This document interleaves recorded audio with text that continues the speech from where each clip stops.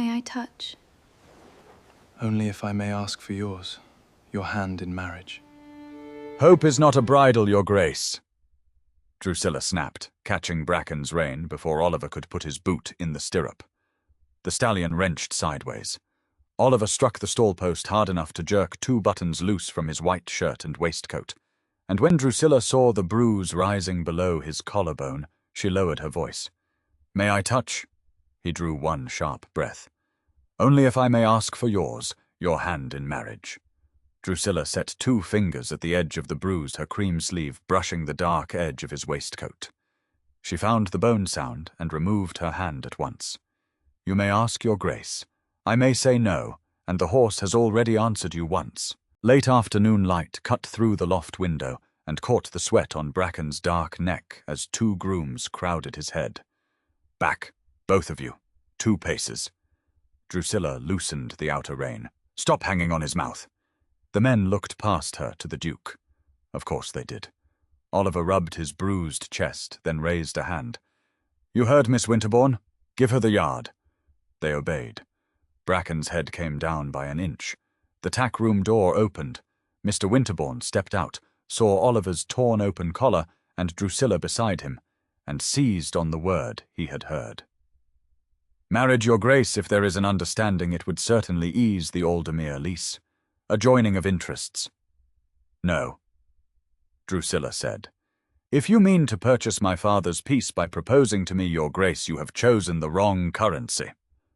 Oliver did not bristle. My proposal was a separate question, Mr. Winterbourne. It is not a term of any lease. Aldermere needs better horses and a better way of training them. Miss Winterbourne appears to know one. Those matters can stand without marriage. That was more useful than his proposal. He had let a no remain a no. Then prove you can follow an instruction, Drusilla said. She put the loose end of Bracken's rein into Oliver's hand, but kept the working line herself. Do not mount him. Lead him 3 steps. Oliver faced the stallion squarely and murmured encouragement. Bracken planted his feet. You are standing where you are asking him to go. Oliver looked down at his boots. That does seem inconvenient. Open your shoulder. Drop your elbow. Stop trying to persuade him with your character. A groom coughed to hide a laugh. Oliver moved as she directed. The leather softened. Bracken flicked an ear, lowered his neck, and stepped forward. Behind them, her father was still silent. Bracken had yielded 1 step. Mr. Winterbourne had not yielded the idea that Drusilla's future might save the stud. Oliver laughed, warm, surprised, and not in the least offended to have been corrected before his own men. 1 step is not a reform of English horsemanship, Drusilla said. No, he answered. But it is evidence. The corner of her mouth betrayed her. Drusilla meant to make the difference between horse business and marriage impossible to mishear. By the next afternoon, the arrangement in the yard had to be put into writing. The Winterbourne stud was losing money with every week, and the Bath Horse Fair was their last good chance to secure fresh business before the creditors forced a sale. Drusilla sat at the scarred wooden table in the tack-room. The smell of oiled leather and oats was thick in the air. Across from her sat Oliver, a ledger open before him, looking entirely too large for the cramped space. Mr. Winterbourne paced near the door, continuously attempting to blur the lines between the Duke's financial interest and his daughter's availability. The Duke's patronage, her father said, waving a hand vaguely, will of course be seen as a sign of his deep personal regard for the family, for Drusilla. My regard, Oliver said gently but firmly, is for the horse's potential and for the methods your daughter employs. He looked at Drusilla, his dark eyes attentive. Tell me the terms. The actual terms. Drusilla did not look at her father. She kept her gaze fixed on the Duke. 3 conditions. First, I am to be paid for my work. Aldermere's notice is not wages. Second, I judge when the horse is ready and who may mount him. Third, my work is not to be named in any marriage, settlement, courtship, or private understanding you may invent. Oliver did not blink. He picked up the pen. The scratch of the nib on the parchment was the only sound for a long moment. He wrote out the clauses precisely as she had stated them. Then he added another line. "And mine," Oliver said, turning the paper so she could read it. "Aldermere will bear the cost of the training and the inquiry into the lease, whether you ever answer another personal question of mine or not. I will answer for the money. You will answer for the horse." Drusilla stared at the ink drying on the page. She was accustomed to men who used money to buy compliance, to men who saw her knowledge of horses as an amusing eccentricity to be tamed out of her once the ring was on her finger. He had made his own purse obey a distinction his mouth only 2 days earlier had nearly outrun. "You are accepting a significant risk," she pointed out, her voice devoid of its usual barb. "If Bracken fails at the fair, you lose the investment and you lose the lease. I am accepting the risk." Oliver agreed cheerfully. "Because I believe you are right. Hope again, Your Grace. Evidence, Miss Winterbourne. I saw you stop 1,000 pounds of panicked muscle with a sentence. I am willing to wager on the method." Drusilla took the pen from his fingers. Their hands brushed. His skin was warm. She resented noticing something so useless at the exact moment she had won something practical. She signed her name beneath his. The first true trial of their arrangement came the following morning. One obedient step in a crowded stall had proved very little. Drusilla marked a narrow course across the exercise yard with 2 rails, a mounting block, and the stone water trough at the far end. Oliver was to lead Bracken through it, halt him, turn him, and bring him back without crop or force. He began well. Too well, perhaps. His confidence returned before the horses had. At the trough. Bracken slowed, stretched his neck, and then stopped. Oliver turned toward him at once, speaking in that warm, reasonable voice he seemed to think ought to persuade man-horse and Parliament alike. Bracken backed a step. "Your optimism has 4 legs and no brakes, Your Grace," Drusilla called from the rail. Oliver looked at her instead of pulling. That at least he had learned. "Which offence have I committed now?" "You stopped watching his feet. He is not refusing the trough. He is asking for room to look at it." Oliver glanced at Bracken's ears, then at the water. "And I have filled the room with myself. An excellent summary." He moved aside, slackened the leather, and waited only long enough for the stallion to stretch his nose toward the stone rim. Bracken sniffed, blew once at his own wavering reflection, and stepped past. Oliver laughed under his breath. "I was entirely wrong. Again. How fortunate that I have engaged a woman willing to keep count." The answer rose in Drusilla before she could stop it. "Then I shall raise my fee." 3 grooms heard her. So did Oliver. His grin was quick and unguarded, and something disloyal moved beneath Drusilla's ribs. A duke who could be corrected before his own servants without turning humiliation into cruelty was more troublesome than any handsome face had a right to be. She pointed to the mounting block. "Now move that. You have put it where his shoulder must pass." Oliver bent, shifted the heavy block himself, and looked back at her. "Evidence. Evidence that you can be taught," she said. "Do not become vain about it." Bracken completed the course on the 2nd attempt. Later that same morning, the 2nd part of her terms was tested. Lord Harrington, a fashionable acquaintance of Oliver's with a reputation for aggressive riding, arrived at the mews demanding to try the stallion. He swung a heavy riding crop against his boot as he spoke. "A magnificent beast, Aldermere," Harrington declared. "Needs a firm hand, I hear. I should like to put him through his paces." Drusilla stepped forward from the shadows of the tack room. "No." Harrington blinked, looking at her as if a saddle rack had just spoken. "I beg your pardon. You may not ride him," Drusilla said flatly. "Your hands are too heavy and you rely on the crop. Bracken requires a rider who listens to his mouth, not one who dictates to it." Harrington reddened. He turned to Oliver, plainly expecting the Duke to overrule her. "Aldermere, surely you do not let this. Trainer dictate who mounts your prospective stock." If Oliver laughed now, the clauses in the tack room would be worth less than the ink that formed them. He smiled pleasantly at Harrington. Miss Winterbourne judges who may ride him. Furthermore, she refused to let me mount him on the day I arrived. I suggest we both defer to her, Harrington, before she points out our other flaws in public. Harrington gave a short, disbelieving laugh, then handed the crop back to his groom and left the yard. Drusilla looked at Oliver. He had spent a little of his own social ease to make her judgment costly to challenge. "That was unnecessary," she said, though her voice lacked its usual edge. "It was entirely necessary." Oliver replied, "You set the terms. I am merely the financier." "You may not ride him." The weeks leading up to the Bath Horse Fair settled into a rhythm that tested the limits of their bargain. In the first week, a hairline crack appeared in the leather of Bracken's primary girth strap. They were expected to demonstrate the horse for a wealthy prospective buyer that very morning. Drusilla found the flaw while running her thumb along the stitching. "Cancel the demonstration," she told Oliver, tossing the girth onto the table. Mr. Winterbourne, who had been hovering, let out a cry of despair. "Cancel, Drusilla. The man is arriving in 20 minutes. We cannot afford to lose him over a frayed thread. If it snaps under pressure, the horse panics, the rider falls, and the stud earns a reputation for unsafe horses," Drusilla said, not looking at her father. She looked at Oliver. Oliver examined the crack.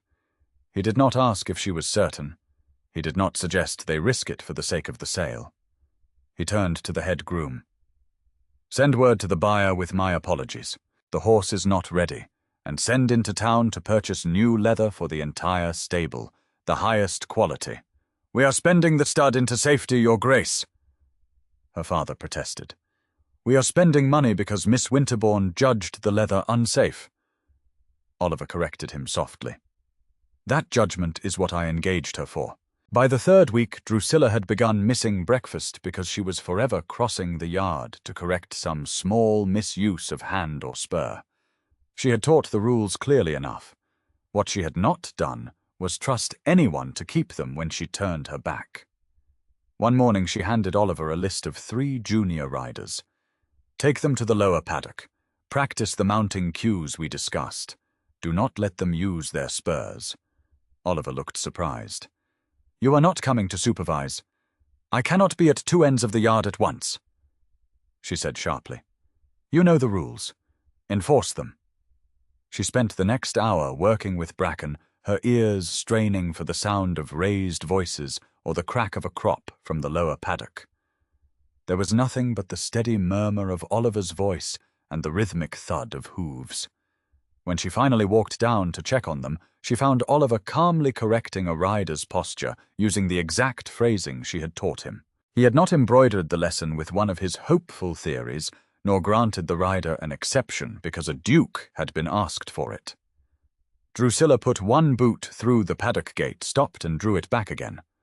For once, she did not inspect work she had already entrusted to someone else. In the 4th week, they arranged a trial for the noise of the coming fair. A heavy cart was driven past the exercise yard, its wheels rattling over loose stones, while grooms shook canvas tarps. Bracken was doing well until the cart hit a deep rut, creating a sudden violent clatter. The stallion stiffened his head, shooting up eyes wide. Drusilla was on the ground holding the lunge line. She did not pull against the horse's panic. She stepped laterally, changing the angle, trying to draw his focus back to her. Oliver was standing near the gate.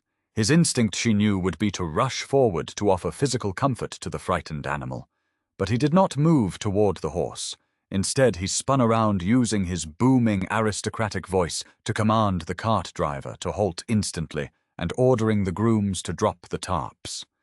He cleared the path and stilled the useless commotion, leaving Drusilla free to attend to the horse. When Bracken finally exhaled and lowered his head, Drusilla looked over at Oliver. He remained by the gate instead of coming to claim a share of the recovery. The cart had stopped. The canvas lay still. He had done his part and left Bracken to hers. Near the end of the 5th week, with 4 days left before the fair, every dinner in the townhouse seemed to be another calculation spoken over silver. Mr. Winterbourne filled the dining room with men whose politeness sharpened whenever money was mentioned.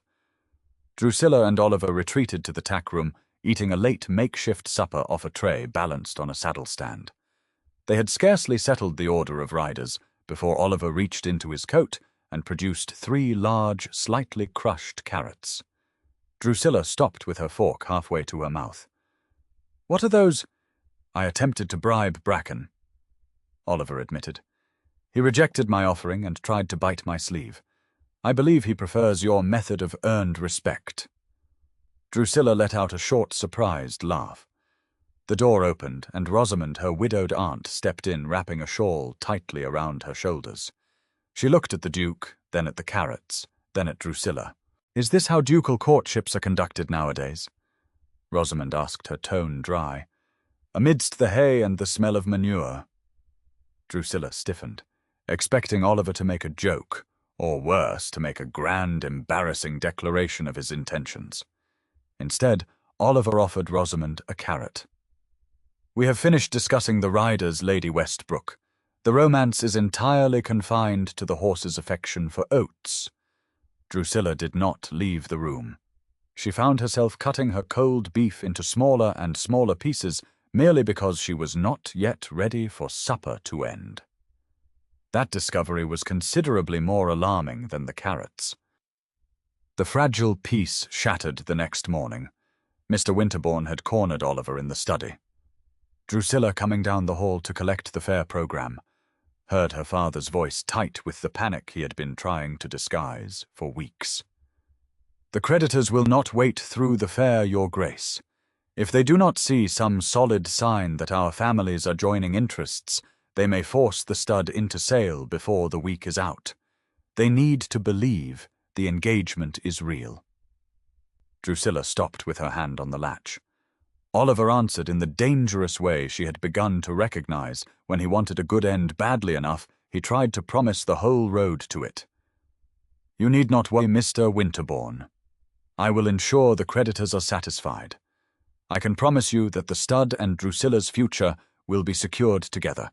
They need not be separated." Drusilla pushed the door open hard enough for it to strike the wall. Oliver turned toward her with the open expression that made the mistake worse. He had meant generosity. She heard assumption. He had taken the very thing she had kept separate in the tack room and offered it back to her father as one handsome ducal future. "How efficient, Your Grace," she said. "You have saddled my future before you have even saddled Bracken. I suppose I should be grateful you did not include me in the bill of sale for the winter feed." The colour left Oliver's face. "Drusilla," her father said, "you forget yourself." "No, father, I remember exactly who I am. I am paid for my work here." She looked at Oliver. "If my future is a term of your lease, our agreement is void." She left before the anger could tempt her into saying something worse. Marriage is not one of them. 10 minutes later, she was in the mews, drawing a currycomb down Bracken's shoulder with more force than the horse deserved. She stopped, gentled her hand, and began again. Footsteps sounded behind her. Oliver returned with Mr. Winterbourne. Her father's face was grey with sleepless arithmetic. Not triumph. It did not excuse what he was doing. It reminded her only that desperation could make a man pretend a daughter's consent was his to spend. Oliver stopped several feet away. "Mr. Winterbourne," he said, "I promised you a future your daughter had never offered me. I had no right to do so. I withdraw that promise. The Aldermere lease will stand or fall on its own terms. Marriage is not one of them." Her father stared at him. "But if you do not intend to marry her, the creditors may refuse to wait." "What I intend is not Miss Winterbourne's answer to give you. I shall meet the creditors on business terms. If they require a romance as security, they will not have Aldermere's name for it." Mr. Winterbourne closed his eyes for a moment. Then he bowed stiffly but correctly and left the yard. For the first time since entering, Oliver looked away from Drusilla. He let out a slow breath toward the empty doorway, and the easy warmth that usually came so readily to his face did not return with it. When he looked back, he kept the distance between them. "I will not explain away what I said," he told her. "Tell me what part of the plan for the fair, if any, is still mine." The currycomb rested in her palm. She had meant her barb to cut deeper than the correction required. That truth was no more comfortable for being hers. "I meant to make you sound like every man before you," Drusilla said. She made herself leave the sentence bare. "You are not. That was meant to wound you. It did. I should have stopped at the truth." Oliver's mouth tightened, then eased. "Thank you." No absolution, no grand speech. Drusilla found that she trusted the restraint more than she would have trusted either. "Come to the tack room," she said. "There is still a fair to survive." They moved to the tack room to settle the plan for the fair. Whatever trust remained between them could no longer rest on charm apology or good intentions. It had to survive being used. Drusilla laid out the fair plan. "I will control Bracken in the ring. I will set the order of riders and demonstrate the ground cues. I will state the business terms for the training and the lease." Oliver leaned over the table. "And my part?" "You receive the buyers," she said, looking up at him. "You give the financial guarantee for the lease without tying it to ownership of the stud. And you prevent my father from presenting your presence as proof of an engagement." Oliver did not add a private condition to the public ones. He simply nodded. "I accept the part." Drusilla forced herself not to fill the silence. "Where does the plan fail?" His brows lifted. She had never before invited him to find a weakness in something she had already decided. "Winter board," he said after a moment. "If the first buyers take horses but delay payment until Michaelmas, the feed must still be bought. Aldermere can guarantee that cost for the first season." She disliked how much relief the answer gave her. That was precisely why she made herself accept it cleanly. "Put it with the stud accounts." "Not with me. With the stud accounts," Oliver agreed. If he stands to speak, keep him from speaking for me. Nothing more. A knock on the door interrupted them. Rosamond entered, holding a freshly printed broadsheet, the official program for the Bath Horse Fair. Her expression was grim. "You should see this," Rosamond said, laying the paper on the table. Drusilla scanned the order of events. Between the demonstration of the Winterbourne stock and the open bidding, there was a 15-minute block labelled Special Family Announcement, Mr. Winterbourne. "He is going to do it," Drusilla said. Her fingers tightened once on the edge of the paper.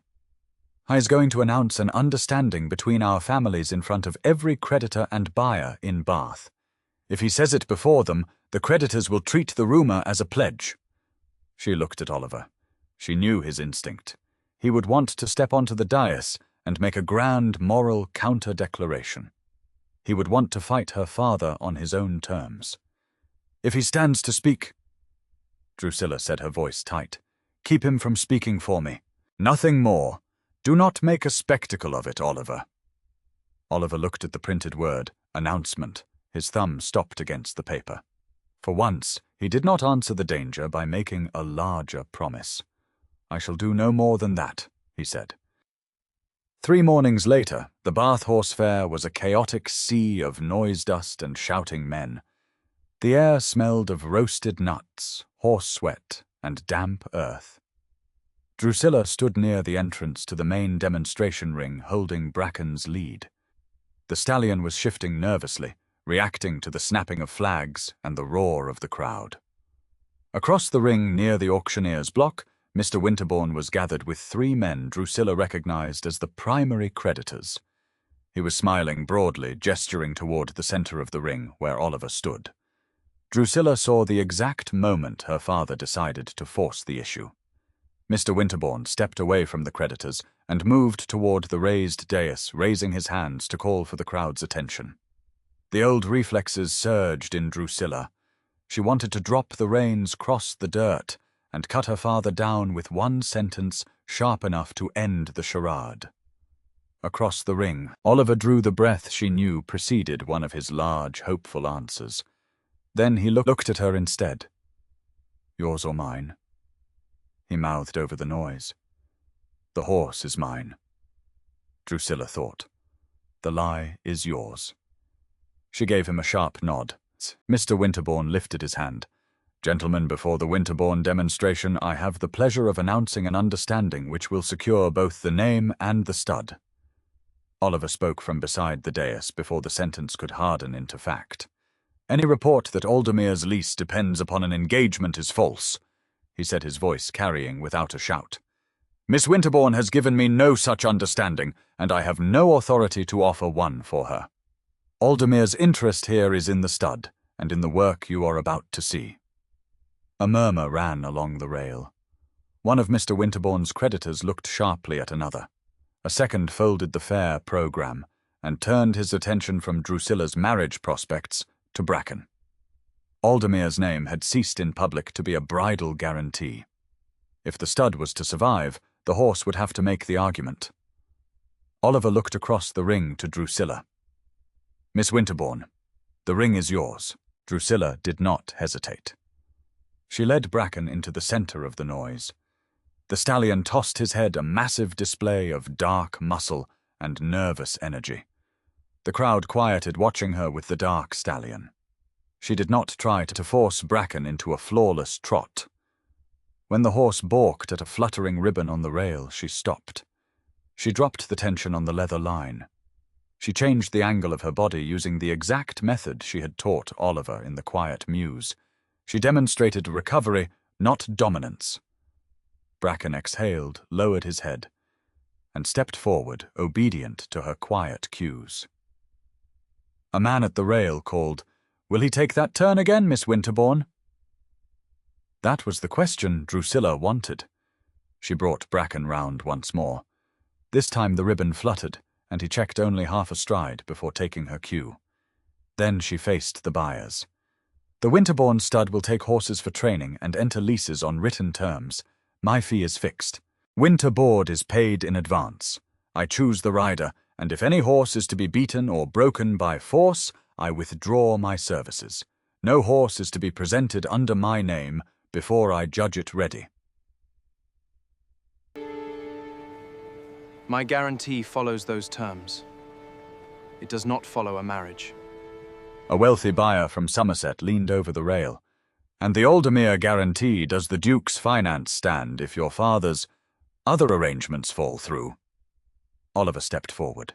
He looked at Drusilla, not at the buyer. He made sure every person in the ring heard his exact words. "Aldermere's money is pledged only to the written terms Miss Winterbourne has named.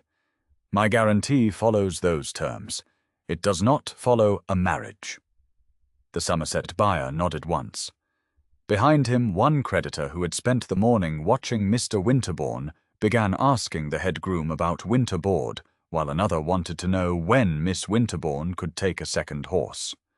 No one applauded. They did something more useful. They began speaking of her work as business.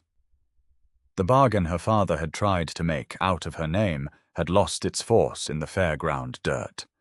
Drusilla had saved the stud with her competence, and Oliver had backed her by refusing to claim her. Later, when the crowds had thinned and the horses were being loaded for the return trip, Drusilla stood in the quiet shadow of the tack lane.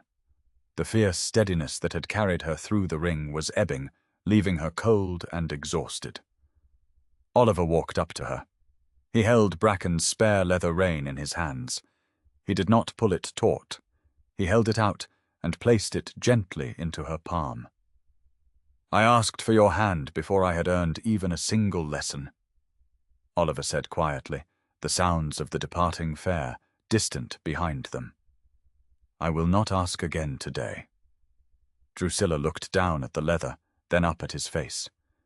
The restraint mattered because it cost him the grand declaration he would once have preferred. Nothing in the day's bargain required an answer from her. "Good," Drusilla said, her voice soft but her edge intact. "Because your rein hand still needs work." The winter was long, cold, and full of work. The stud survived on the agreements Drusilla had negotiated.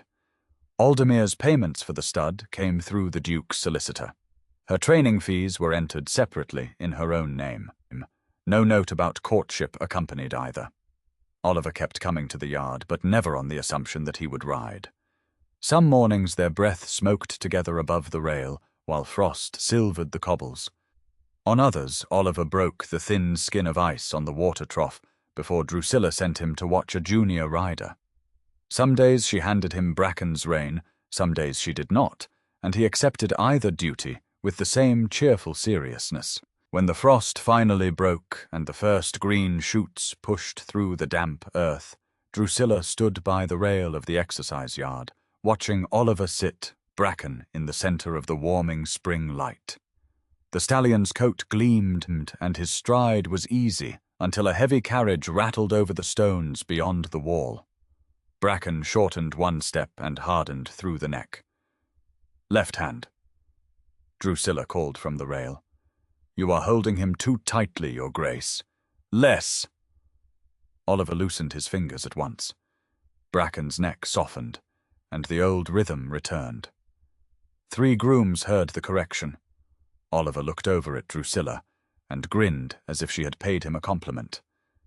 After completing the circuit, Oliver brought the horse to a halt near the rail and dismounted. He tossed the reins to a groom and walked over to Drusilla. He was out of breath, his face flushed with the exertion and the crisp spring air. He stopped in front of her. The bruise from their first chaotic meeting was months gone, leaving only the memory of the impact. Drusilla looked at his chest where his shirt was open at the collar, exactly as it had been that first day. She lifted 2 fingers toward the place the old bruise had been and stopped an inch from his collarbone. "May I touch?" she asked, her tone dry. "Yes?" Oliver said. His smile was quieter than it had been in the autumn. "Always ask. I rather like answering." Only then did Drusilla touch him lightly through the open collar of his shirt. "Still intact." "Disappointingly so." "Then answer the right question," she said, meeting his eyes. "The lease stands. Bracken is working. My fees come to me in my own name, and my father is in London attending to his own affairs." Oliver stepped closer, the smell of leather and cold spring air clinging to his coat. This time there was no stud, no creditor, and no father waiting inside the question. "Drusilla Winterbourne," Oliver said, his voice dropping to that low, sincere register that still made her heart stumble. "May I ask for your hand again?"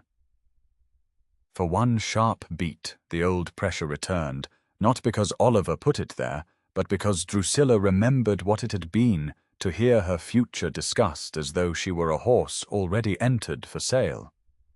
Her smile vanished. Oliver's hope remained plain on his face, yet he did not reach for her, explain himself, or rescue the silence with another promise. His eyes stayed on hers without urging her toward either answer. The pause belonged entirely to her. She could still say no. Nothing in the stud accounts would change. No creditor would be appeased by her answer. No father could spend it. Oliver would have to bear it because it was hers. And because the no was truly hers, so was the yes. Drusilla let him endure one more breath. "You may," she said, a genuine smile finally breaking through her thorned exterior. "And this time, yes." Oliver's hope flashed across his face so quickly that Drusilla almost laughed. She caught the lapel of his coat before he could turn hope into another speech, and kissed him first. His startled laugh met her mouth. Then his hand settled careful and warm at her waist. When he pulled back, his eyes were shining with that irrepressible hope. He turned to remount Bracken to lead him back to the stall. As he put his boot in the stirrup, Drusilla leaned against the rail and called out, "Your left rein is tight again, Oliver." The Duke of Aldermere turned his head, grinning fiercely in the spring sunlight, and loosened the leather, the end.